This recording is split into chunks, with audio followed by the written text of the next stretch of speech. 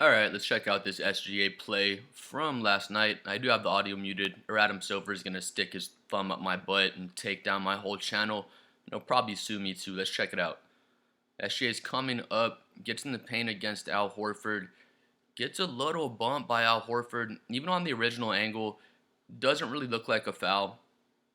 I'll say it probably was a foul. Golden State doesn't challenge the foul. Even if they did challenge it, to be honest, it probably still gets called a foul, in my opinion. But let's see on the replay here. Steve Kerr is really frustrated, obviously. But if we see SGA gets in the paint right there, Horford's little forearm shoulder bump could possibly be called a foul. All everyone's looking at is right here, and there's no contact at all. On the follow through, there's no contact on the elbow or anything like that.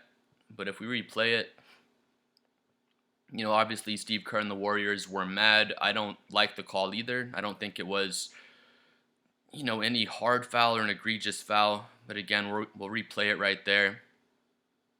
SGA really exaggerates the contact on this one, but if you see, Horford gives him a little, y'all see it's a little forearm bump, but it's kind of gotten to the point where you literally can't touch SGA. People have been talking about that kind of seriously, kind of in a joking way, but on this one, again, Golden State doesn't challenge it. If they did challenge it, I've shown y'all it a couple of times, but you see that little forearm down low.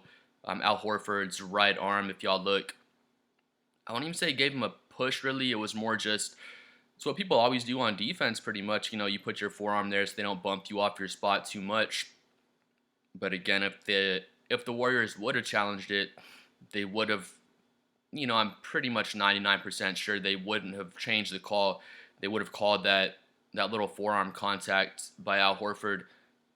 SGA does get the free throws on this one. I'd say that should probably be on the ground because the contact occurs right there. Well, I guess it would be continuation, but the Warriors were really frustrated because, let's watch it a couple more times. Again, that little forearm contact, it does look like a little push, so to be fair, I guess by the letter of the law, it is a foul, but what people get mad about is the Thunder get to play really physical defense, and then you do some stuff like this to SGA when the Thunder are playing offense and it gets called a foul.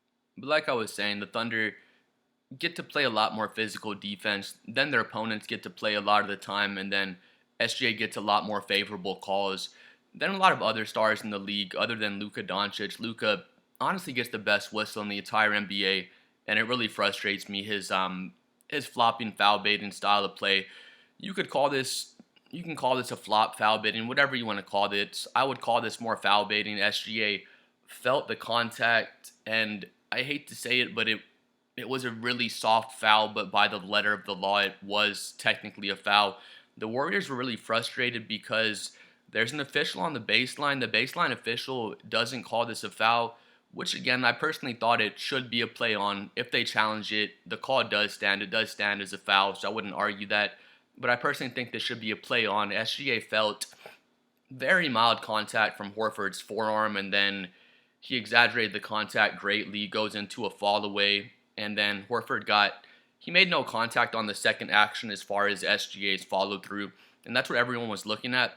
But again, like we were looking at, it's that initial forearm contact, and I hate to say it again, but it just is a foul by the letter of the law. So SGA did a good job drawing the foul. But again, Steve Kerr and all the boys were mad because it wasn't the baseline official that made the call. It was like the half court official. I'm not sure the exact official terms, but you have this baseline official, you have this baseline official, then you have that official at half court that kind of runs back and forth. Whatever you call that intermediate official, he made the call, and he was kind of on the other end of the court. He was almost on the other baseline. He was literally about 40 feet away, and he made the call. He was behind the play, and he's the one that makes the call. So the Warriors were really frustrated that the official closest to the play doesn't call it a foul, then the official way down on the other side does end up calling it a foul. But again, I personally wouldn't call it so much a flop. Y'all can call it a flop, whatever you want to call it. But I'd say this is more foul baiting, and I hate to say it, but it just was it just was and is a foul. But the Thunder get away with a lot of physicality on the other end. If y'all watch the Christmas Day game, there was one play. Caruso literally slaps Wemby across both forearms. Wemby loses the ball, grabs the ball again. Caruso slaps him up across both forearms again. Wemby goes up and just hits a fadeaway. Caruso doesn't get called for any fouls on that, and it was just obvious, blatant forearm slaps. I made a whole video about Stephon Castle in the Christmas Day game as well. I have all the video footage. It's about 4 or 5 different plays. He goes to the rim, gets the shit slapped out of his forearms, just obviously and blatantly right in front of the officials, and they just don't make those calls. So for me personally, that's what frustrates me. As I'm a Spurs fan personally, just as a non-Thunder fan, I'm pretty sure a lot of the other team fans that aren't Thunder fans would say this as well. And I think people throw Thunder fans in a bag like they all have the same opinions. I've heard plenty of Thunder fans that will say, yes, SGA gets a favorable whistle. Yes, SGA does quite a lot of flopping and foul baiting. And what are you going to do about it? Check out this ring, bro.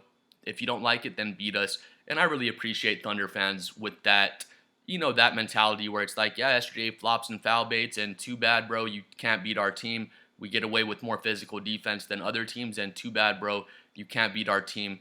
And I prefer that mentality instead of some fans that just say SGA never flops, never foul baits, and he does a lot of flopping and foul baiting. Still one of the best offensive players of all time, but on this one, I feel like he for sure exaggerated the contact. This is probably definition of baiting yourself into a foul. And it just is what it is. Warriors don't challenge the call. If they did challenge it, it's still going to get called a foul. We saw the forearm contact, and a lot of people were mad about this play. I personally think it should have been a play on. It was a very soft foul call, but it just is what it is. It was a foul by the letter of the law. Please like and subscribe. I'm trying to hit 7 million subscribers. Let me know what you thought about this play, and we'll see y'all next time. Peace.